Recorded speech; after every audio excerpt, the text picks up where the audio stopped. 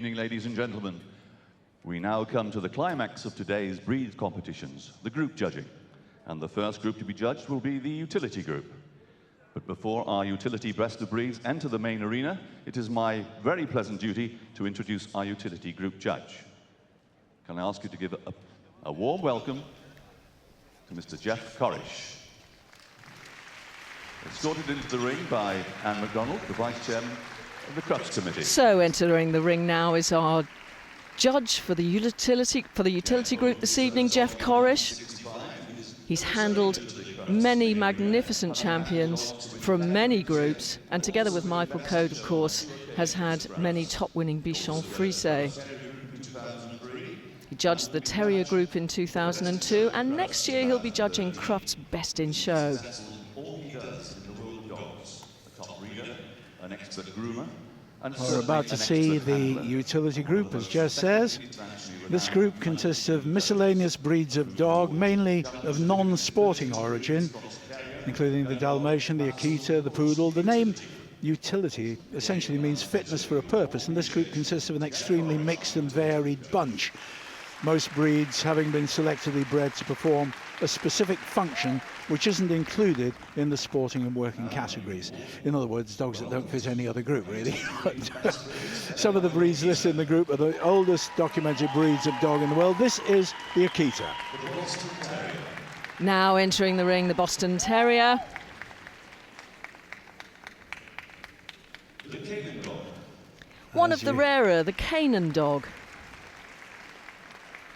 Chow Chow. Here comes the Chow Chow, very recognizable instantly there. The Dalmatian. And the Dalmatian. The French Bulldog. Oh, one of my favorites in the group, the little French Bulldog. The German Spitz Klein. Two versions of the German Spitz. This is the Klein. Following it in 1 second will be the Mittel. Here it comes.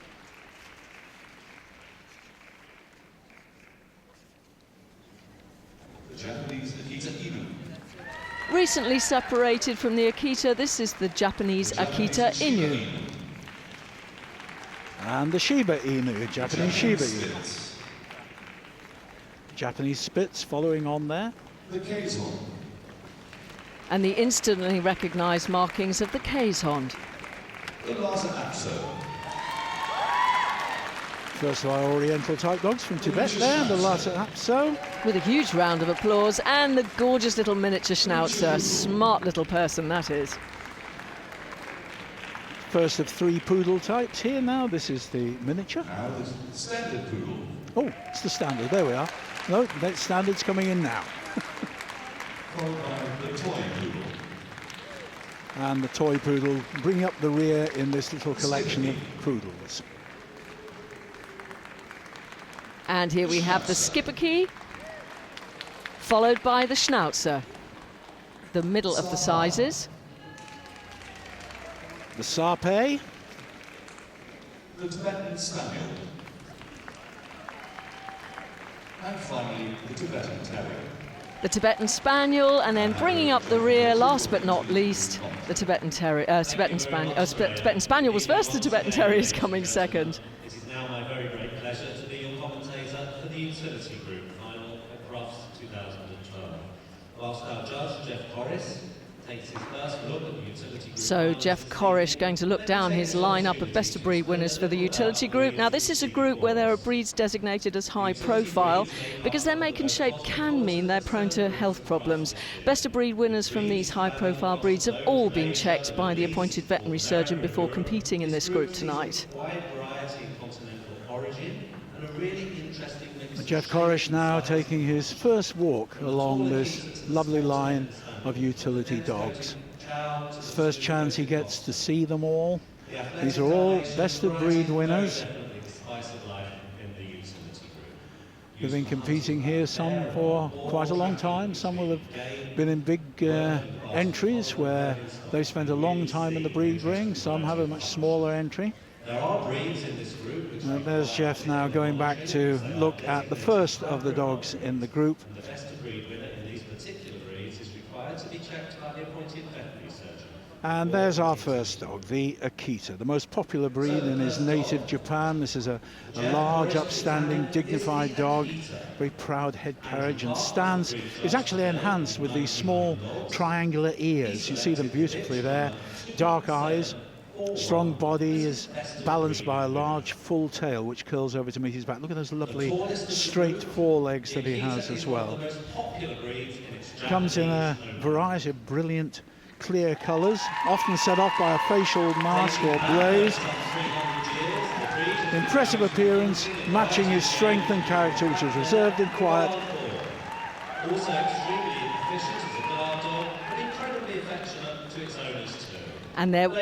And there we have the Boston Terrier on the table. This one, Betty Boop for Rosputia, known as Betty at home. Judged by Doreen Cram today. This one handled by Rosemary Rostron Parker, who also bred the dog. Doreen Cram judged 125 Bostons today. Very characteristic markings here, that dark brindle colour with the white markings, and it's important that the markings are in exactly the right place. Beautiful short head, square, flat-topped skull, short foreface, indicates the bulldog ancestry of this breed. Lovely erect ears.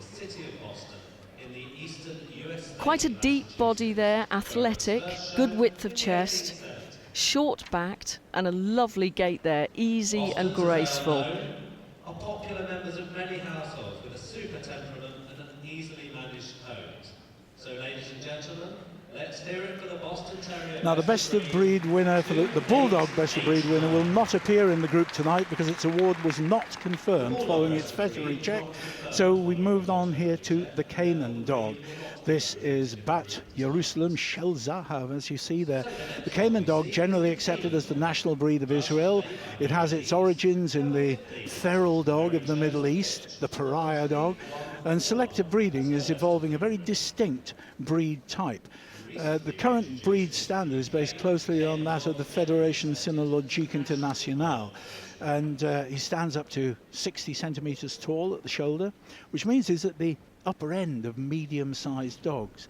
Very effective guarding dogs, alert, versatile. No doubt as time goes on, he'll settle in to become a definite British pattern to him. Ladies and gentlemen, the best of breed winning Canaan Dog. The Chow Chow, this one known as Aileen at home, a 20-month-old bitch, and she belongs to Lisa Lotte Adler. They've come from Denmark. Very characteristic look. Spitz type, developed in China as a hunting dog and a guard. Compact, and look at that well-balanced outline, but proud and dignified at the same time. The Chow's head, very characteristic. Broad, flat skull. Moderate muzzle, not too exaggerated. This one a little agitated, perhaps under the judge's hands. It's a big deal, the best of breeds coming into the group ring at Crufts, and some dogs, particularly youngsters, can get quite overawed. Deep-chested and a very characteristic, slightly rolling gait. Looks a bit like a teddy bear. And this one, a gorgeous, gorgeous fawn colour. First appearing at Crufts in the 1920s. Ladies and gentlemen, 3207, the best of breed winning Chow Chow.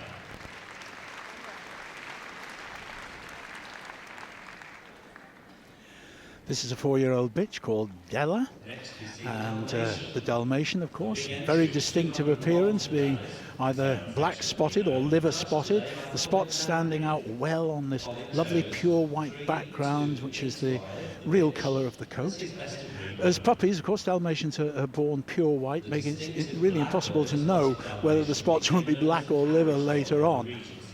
Very popular dog during the Regency period in Britain, known as the carriage dog. Used to run under or beside all types of carriages, known as the firehouse dog. Yeah. Sporting dog, the stamina and fitness of the breed make this the marathon runner. Excellent companion and house dog with a real sporting side to his nature, a good nose and a soft mouth, active and agile.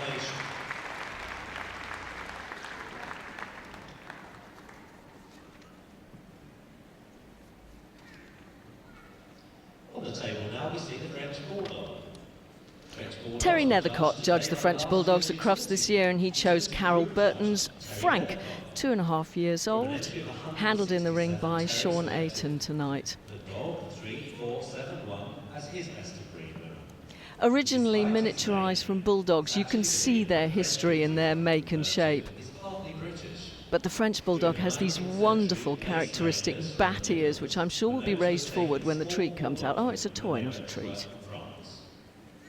You can see there the judge examining those strong hind legs. These dogs should be compact and athletic, even though they might be of small stature. Short, cobby and muscular. And a lovely free-flowing action there from this one. The bat ear is a distinctive feature. Ears working all the way round, listening to the handle. Oh, there might be a treat there. The best of breed winning French Bulldog 3-4. Real clown of a dog, the French Bulldog. Delightful.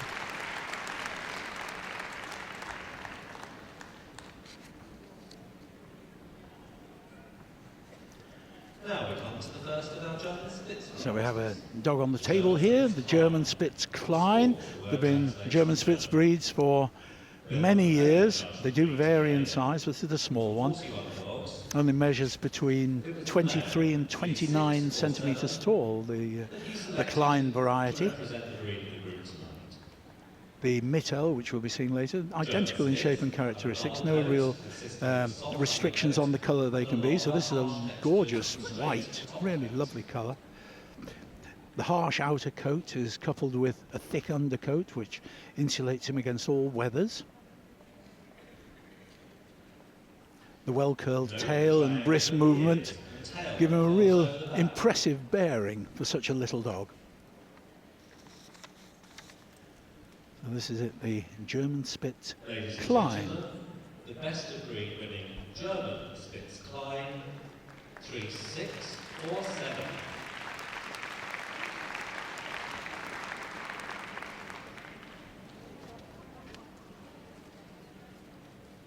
The German Spitz Mittel. On to the next size up. Larger version of the And this one, the Mittel, 30 to 38 centimetres instead of 23 to 29. This one was bred and is handled by Linda Hewitt from Maidstone in Kent, known as James at home. He's 6 years old. German Spitz Mittel in the group tonight. Compact body there, short-backed, almost square. And this breed, a lovely, intelligent, active, alert nature. Lovely compact feet, judge there feeling the coat texture and looking at that characteristic spitz tail, which of course is curled over the back. You can see the nature there. Hop off the table. Where are we going, Mum? They love nothing better than accompanying the family. Using those ears, which when they're pricked forward are like little erect triangles, and that characteristic head shape, very spitzy, foxy face. Ladies and gentlemen, the best of breed. Should be an effortless, brisk action.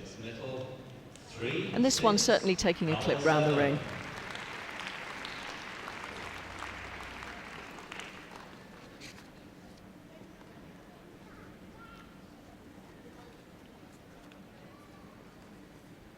There were 41 Japanese Akita Inus here today. This is Chow Chow, a 13-month-old bitch, Japanese Akita Inu.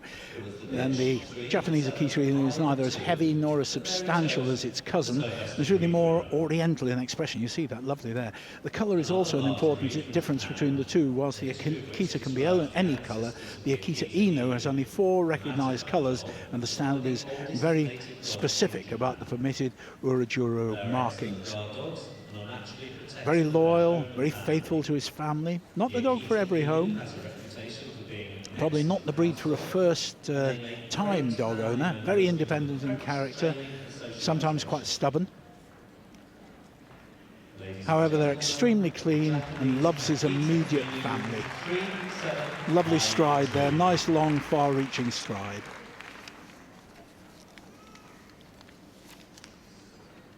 On the table now we see another Japanese breed. This time the Japanese Shiba Inu. On now to the Japanese Shiba Inu. Literally translates as small dog. It was 3797 the bitch. A slightly more recent arrival here. The Shiba Inu has gained great popularity in the show ring and done tremendously well at a high level. This breed is much smaller in stature. Judge feeling the dog's coat. Very well in mountainous terrain.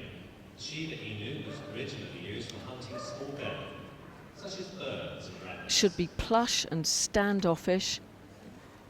That lovely foxy face with those erect ears. Tapered muzzle, gorgeous expression. This one a lovely red colour, of course they come in a variety of different colours. And that very characteristic active gait. The Japanese Shiba Inu 3797.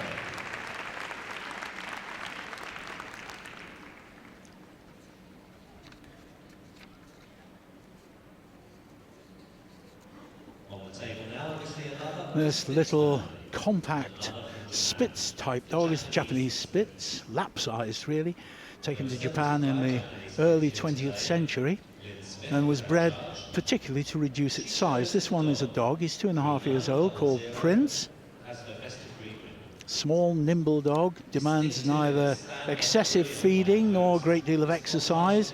Startling white coat and bold, affectionate nature makes him a very attractive household pet. Never lost for a word. Well, he is at the moment, he's not barking there, but they do have a voice, I can tell you, and they'll indicate invaders in a very forceful manner if required. Profuse standoff coat, thick underlay, needs tremendous attention on a regular basis, but it doesn't really mean that you've got hard labour for life grooming. It'd be a pleasure to groom a little dog like that. Beautiful. Lovely sprightly movement, springy movement at the front.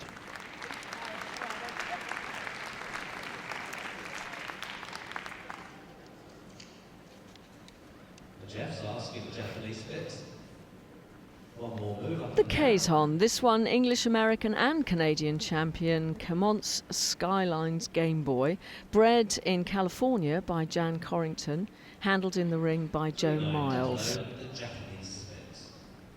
Very distinctive Spitz face, but with a huge ruff around the neck, which almost throws that wonderful head forwards. Such a beautiful contrast with the coat. And the shoulder markings also very characteristic in shades of dark grey and pale grey. After the 18th century Dutch patriot Cornelius de Gisela, known as Kays. He was the leader of the rebellion. Judge feeling the construction of the dog under all that profuse coat. To the Dutch word for dog, which is hond. Should be a short, compact dog. You can see that fox-like head there absolutely beautifully. Hazel is another Spitz breed, a dog that loves exercise. And on the move, sturdy, bold. That short, compact body shown beautifully there. Tail, like all the Spitzes, up over the back. Clean, brisk action is what we want. And a lovely profile there.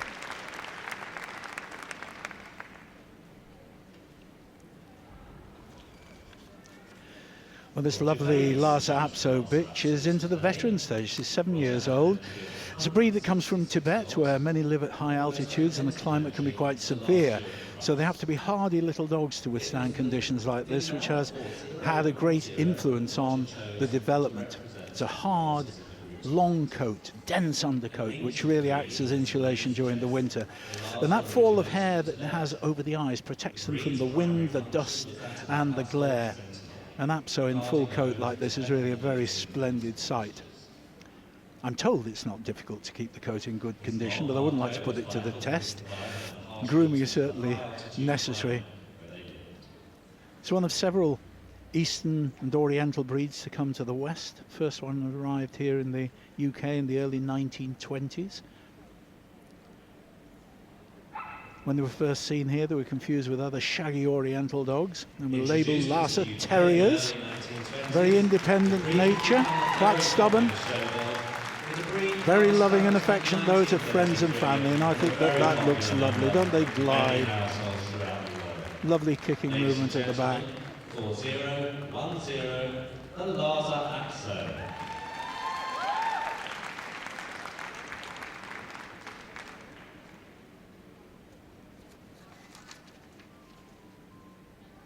On the table now, we see The miniature Schnauzer, another of my favourites in this group. I've got two of these at home on the sofa. This one was bred by Gareth and Tracy Hards, known as Riley, just 19 months old. That lovely strong head, V-shaped ears, and the trim so that we get these wonderful standing forward eyebrows. And the beard and moustache is very important too. Strong hind quarters. The coat is hand stripped to perfection, so you've got this wonderful coarse texture. the eyebrows and beard of the miniature Schnauzer are unmistakable. And of course this one with a tail. Tails used to be docked, not anymore, so you'll see all younger miniature Schnauzers with a tail. Look at that wonderful brisk action. Ladies and gentlemen, let's hear it. Always inquisitive, alert, delightful little dogs to live with. 4230, the miniature Schnauzer. And this one, salt and pepper. Of course, they come in 3 other colours as well.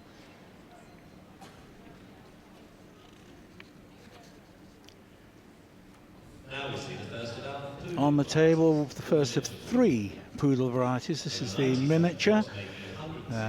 Miniature and standard and toy are the 3. A wide range of beautiful colours. The poodle's coat really hardly sheds, but they do need regular grooming. For the fashion conscious, there are many different styles in which you can be clipped, but this seems to be the classic that we expect to see here in the ring, but not always. which translates to splashes. The poodle is a clown by nature, lovely long-lived dog. In actual fact, A real showdown. One of the highly presented breeds require an awful lot of getting ready to be in the ring and looking like that. All varieties of poodle have their origin listed as France, but their actual home could even have been Germany, the breed coming into France with the German soldiers, but that's a matter of debate. This lovely locomotion, the round movement at the stern end. Look at that, driving forward. I think that's lovely to watch. Most attractive.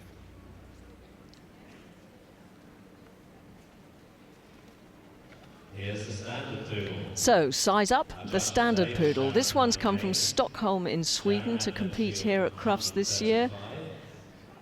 Bred by Cohen and Brown, handled by Charlotte Sandel in the ring. 4 years old, this dog. His name's Simon at home. And of course Jeff Corish, our judge, hugely knowledgeable about all of these utility breeds, and we'll be going over these with a fine-tooth comb. He's got the most wonderful display of best of breed winners here. They're all the best of their breed, so it's just a question of sorting out which of them fit the standard best.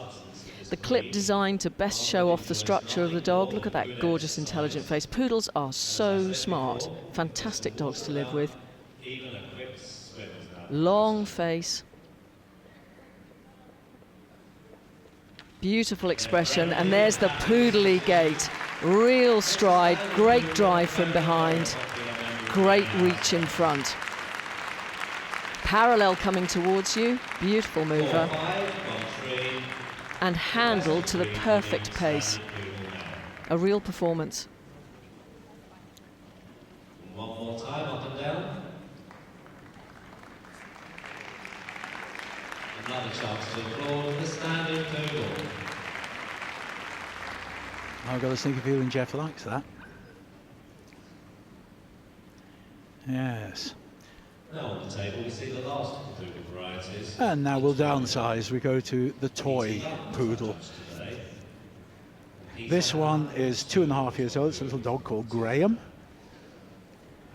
named after the co-founder of its kennel. The sweetest dog to live with, says the owner. He is. I've actually met Graham at home, and Graham spends most of his time with none of his feet in contact with the ground. He's the most enthusiastic little creature. There's something I didn't know, actually, that the French used to use the smallest variety of poodle to snuff out truffles. That's interesting. So a versatile little dog. They can excel in obedience as well, so they're really bright. And Lee Cox and Tom Isherwood, who've put this dog in the ring this evening, of course, a long history in breeding miniature poodles and a number of other breeds. Again, that lovely locomotion at the stern end with these smaller breeds. Look at that. I do like that. It's a lot of dog in a small package. Isn't it, though?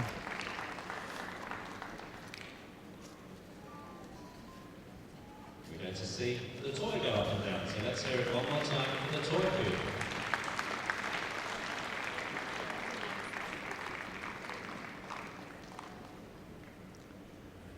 Yes, Jeff is certainly enjoying those poodles.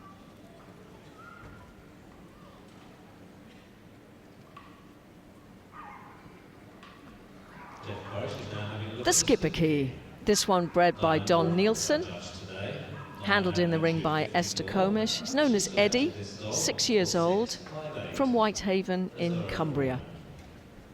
One of the smallest Spitz breeds, first recognised in the 1880s. Another Spitz face with those foxy ears and that long wedge of a head. Very characteristic coat, usually black, abundant and dense. The coat is actually quite harsh, even though it looks silky there in the picture.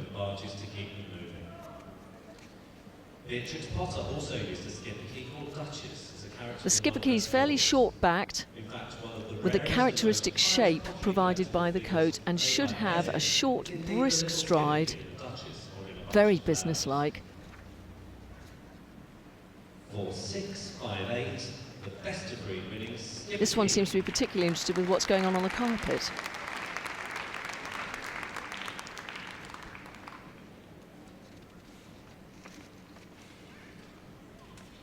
The Schnauzer. So this is the middle-sized member of the Schnauzer family.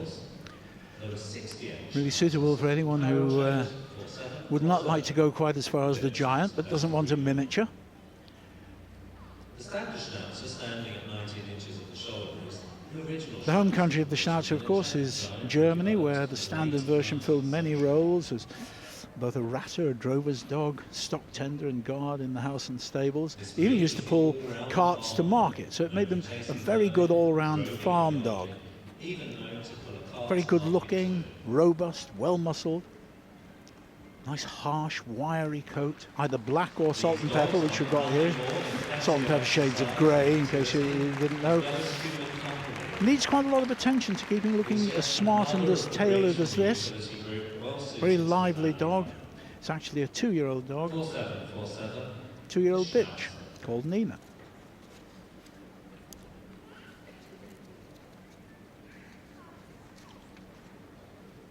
The Zarpe, judged today by Joy Bradley. The Zarpe, and she was 64. And here we have the Sarpe. Having a scratch. Having a decent scratch in the ring. I'm not sure how well that will go down. Very characteristic shape, this dog. They should have wrinkle, but there shouldn't be too much, so there's no exaggeration. Squarely built, compact, a very characteristic harsh coat that the judge is feeling there. And you can see the wrinkle. Small ears and that wide, strong foreface that gives them such a characteristic expression. Affectionate and devoted to people, although obviously quite a strong-minded dog as well. 4806, the Zarpe.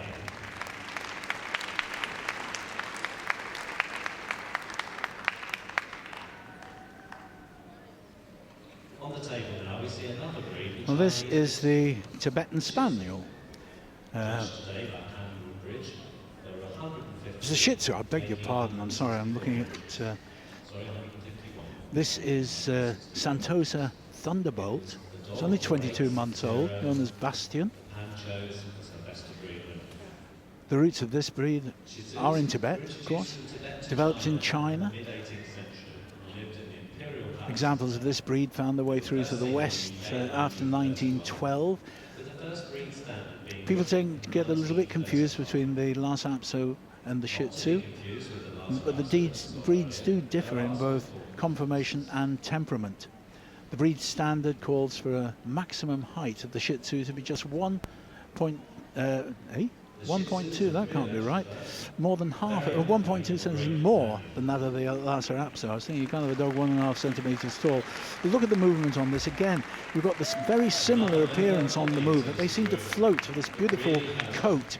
Nice bouncy character. Very outgoing, an absolute extrovert. 4860, the Shih Tzu.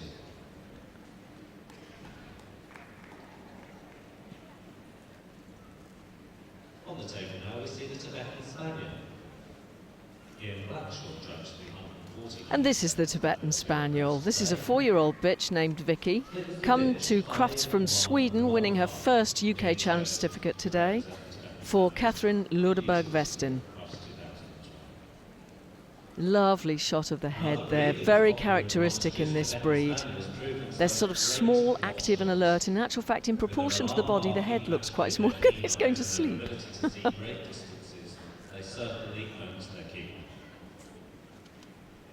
Very chilled out. That body's slightly longer than it is tall, but well balanced, and you'll see that on the move. The Tibetan Spaniel was one of the first of the Tibetan breeds. Assertive character, certainly coming out there. And those little pendulous ears with their feathering flying as this dog powers round the ring. 5115, the Tibetan Spaniel. Proud carriage, which you can see there with a big smile on the dog's face. And completing the lineup for Jeff this evening is the Tibetan Terrier. And the last dog in the lineup. This is the Tibetan Terrier. It's not actually a terrier at all, but a herding dog, doubling as a guard for traders as they journey to and from China. He succeeded in his job not so much by size, but through the awe in which he was held. This is actually believed to be the original holy dog of Tibet. It's the tallest of the Tibetan breeds in the utility group. Tends to be a little bit more lively than the others, built on very square lines, which you can see quite clearly. Much the same height at the shoulder as he is long in the body. Moderate length coat, which is fine, but it's not silky. It's a breed that's gained rapidly in popularity. His energy and enthusiasm, not for all to see. He's 3 years old, this dog. He's called Ralph. 5239, the Tibetan Terrier. So, ladies and gentlemen, just one reminder that there is 10 hours of live. So Jeff Corrish going to take a look now, but who is he going to pick in his final lineup? The Channel 14 on preview and live throughout the day on youtube.com/Crufts. So that concludes the preliminary. Well, Jeff is now walking along the line to take another look, and he'll make a selection of up to 8 for his shortlist. And I think he was taken with certainly 2 of the poodles. Gave them a good, long, thorough look. But where's he going to go?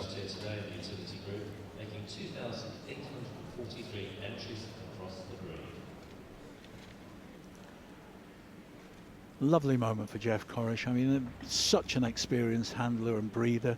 A lovely moment for him. He'll have enjoyed this.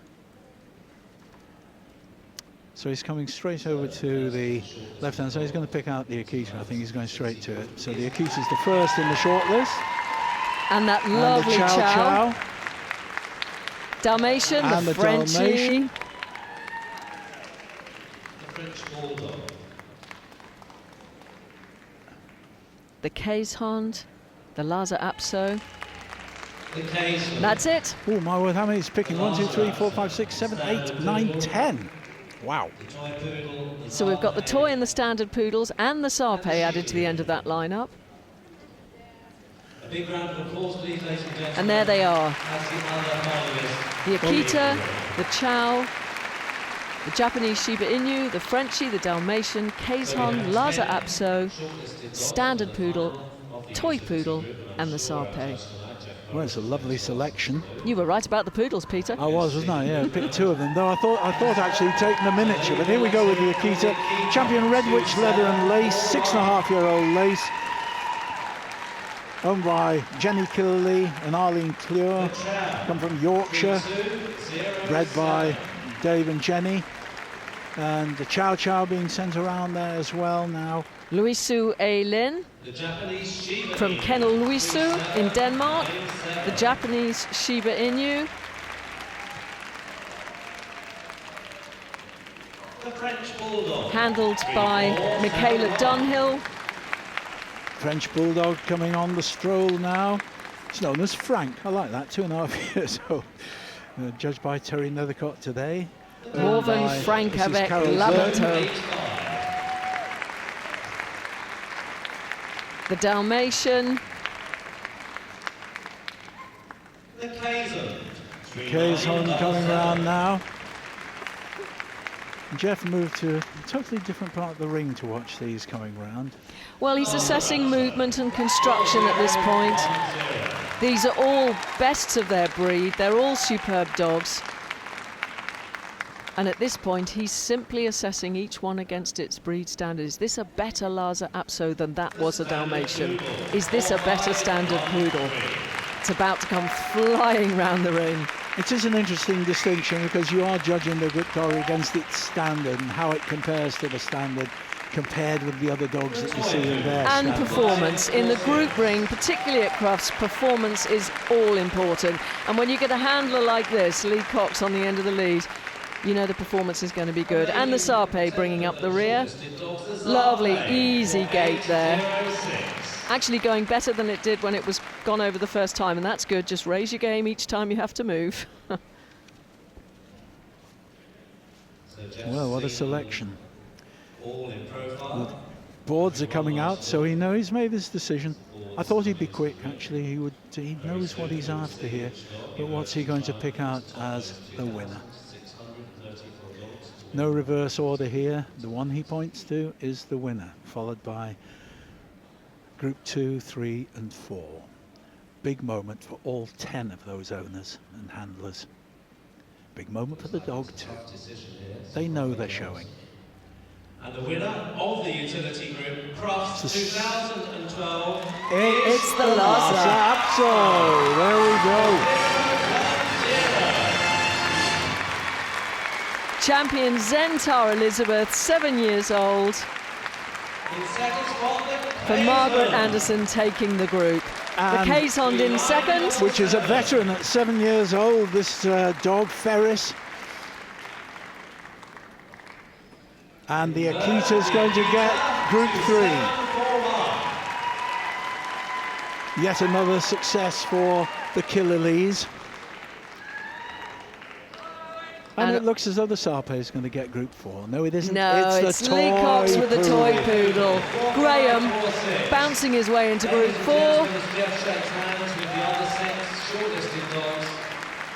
Going across to congratulate the winner. There's Jeff Corrish.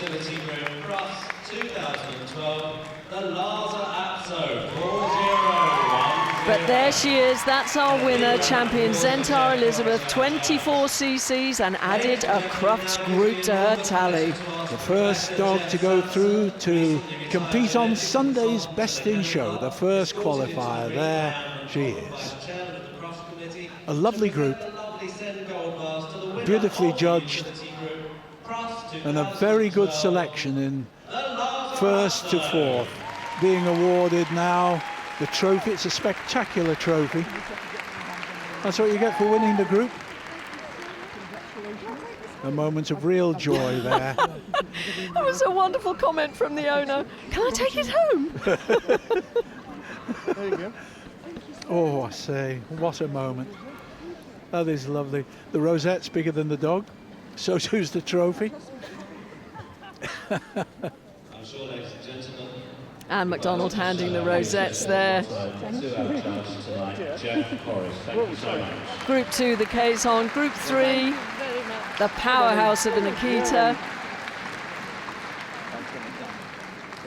Jeff Sansom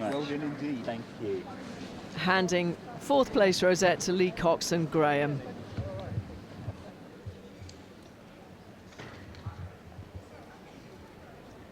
And there we have our Crufts group winner, champion Zentar Elizabeth. The Lhasa Apso, the first of our finalists. So get ready for it. Another round of applause, please, as they go around. The winner of the utility group from 2012, the Lhasa Apso. The Canaan Dog.